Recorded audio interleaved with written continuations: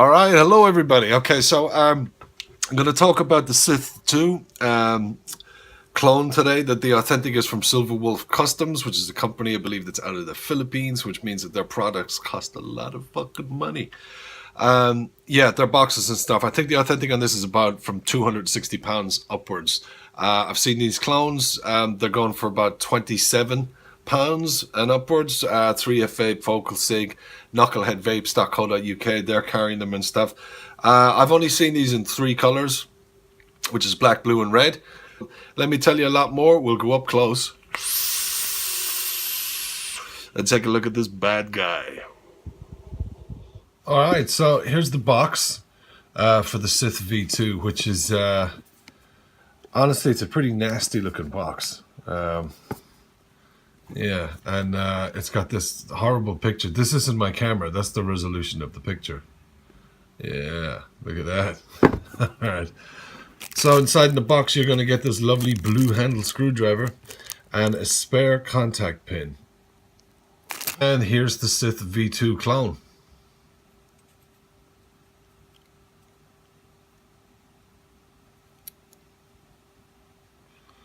The dimensions, if you're wondering, it's 84.6 millimeters in height, and it's 57 millimeters this way, and right in the middle there, it's 43.1. Okay, so if we look on one side, we have the Silver Wolf Customs logo. It says Sith V2. You have these 3 holes here either side, which I believe are for grip. We got the firing button up on top. 4 screws here on top that you can maybe take out for maintenance. I'm not going to try it in this video. Inside there, you have the adjustable 510 pin. Not spring loadable, but it's adjustable. That's why you have the spare contact. Here you have, I think this is a Delrin fire button. And on the base, you have your 4 contact pins. The body of this is aluminium. On the authentic, I think it's T6 aluminium. It's real high quality of aluminium. I don't know what this one is. I doubt it's T6. Both the top and the bottom are brass. So the batteries go in through the bottom here. What you do is you just slide it across, and you'll see there's 4 magnets there, and there's 4 corresponding magnets on the inside. These are your contact pins here that are adjustable at the bottom here. You adjust these for the battery rattle, or just to make the solid connection. Now inside there at the top, you'll see the 4 contacts there. I don't know what the material in this is because it's not listed. All I can tell you is that in the authentic, they're copper contacts. So I'm assuming they're copper contacts here, but again, this is a clone, so we cannot be sure. So this is a quad parallel mechanical box, okay, which means that it uses it's using the exact same voltage, right? So it would be from a 4.2 volt battery. You're probably going to get about 3.7, you know, actually firing on it. Again, it depends on voltage drop, etc. But having 4 batteries in this does not increase your voltage. It only increases your milliamp hours. It increases your ampage, right? But it doesn't actually double or quadruple it up. Like if this is a 20 amp battery, 2 of them would give you roughly about 30 amps. So you add an extra 10 roughly, you know, not exactly, roughly, for every kind of other battery you throw in on it and stuff. No, so I'm not an expert but on ampage and everything, but would assume this setup you're pretty safe at 50 amps. So the batteries go in positive side down.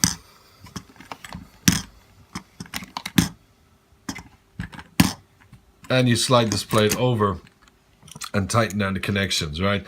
Now, one thing I don't like about this, right, is that these aren't closed off. You know, these contacts here at the bottom. And it's actually, as far as I could see on the authentic, it's the same.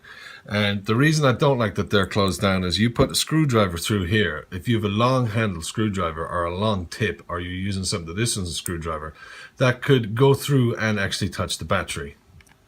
Bad times. So, yeah, I really wish these were closed off, even on the authentic. I don't like the design idea of that, you know, and I think it should be easier to move it with your thumb. You can tighten them down with your thumb, but you don't get them that tight. And with boxes of mechanical mods that have this kind of system, Right, what you want to do is gradually tighten them down. Don't give it all you got for each screw. So I just kind of have them loosely on there right now. I'm going to chuck my RDA on here. Then I'm going to finish tightening these up.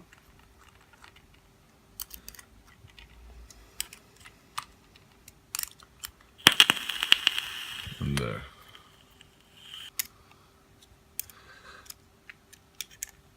Now these pins do move every time I do this. They're never solid the first time I actually put them in.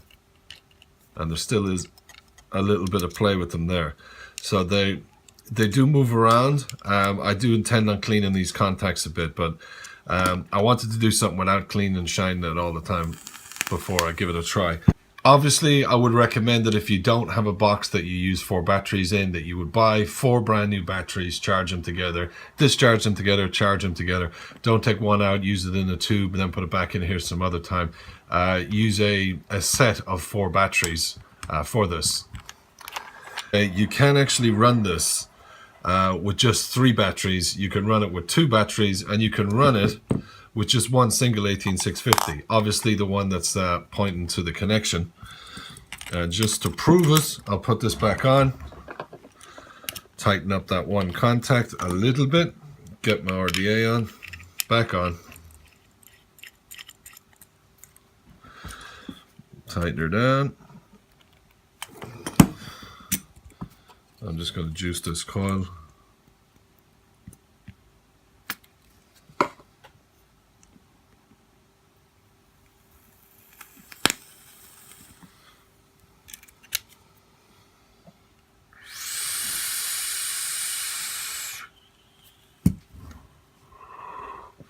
And there, just had a vape on it with the 1 battery. But yeah, I'm not going to continue doing that because otherwise I'd be contradicting what I just said about using the 4 batteries all together. So yeah, you've options with it. You've options with it. Now, with parallel boxes, okay, they're perfectly good and safe and everything to use if you're building low, right? Because this is like, you know, people have all these scare tactics and, you know, mark videos, because people flag videos up for low builds and all this stuff, and it's dangerous. And yeah, heating up coils on a single 18650 if you have a really low build is not a good idea. It's just the mod gets all hot, so does the RDA. You know, when you're pulsing, like, you know, fuse claptons are like really low, you know, 0.07 and lower or whatever. If you use a parallel box, you're perfectly grand, because as I said, you're increasing the ampage a lot more to where you have the safety element. You're increasing your battery life, you're not increasing your voltage. So having something like this is absolutely grand. Is actually great, even just for, not just for usage, but for something to build on. The batteries will last a long time. I mean, they'll last you 4 times longer than the single 18650, obviously. It hits okay, it's not too bad. This is on 3fvape.com in 3 different colors, blue, black, and this red. It's also on Knucklehead Vapes. They're in a lot of places. Holding this, I think these grips on the side here, all right, so that you can put your fingers in there and thumb fire. You know, when you hold them this way, you know, the middle of your thumb here does kind of fit in here. It's not that comfortable, I'll be honest, to hold it this way, but you know, it's all right. But thumb firing it is a little bit easier. Just for size-wise comparisons, haven't reviewed it yet, but here's the iJoy Maxo 315, and yeah, it's a lot smaller than the iJoy, but again, there's no chip in this. This is a straight up mechanical box. Okay, so let's go back up top, have a little bit of a chat about the Silverwolf Customs Sith V2 clone. Yeah, so that's it. If you're wondering what the box is like, that's what it's like. Really good companion for building, or just if you're going out for the day and you want, you know, battery life. You know, takes 4 batteries and all this stuff. How does the box hit and all that? Is it hard hitting and all that?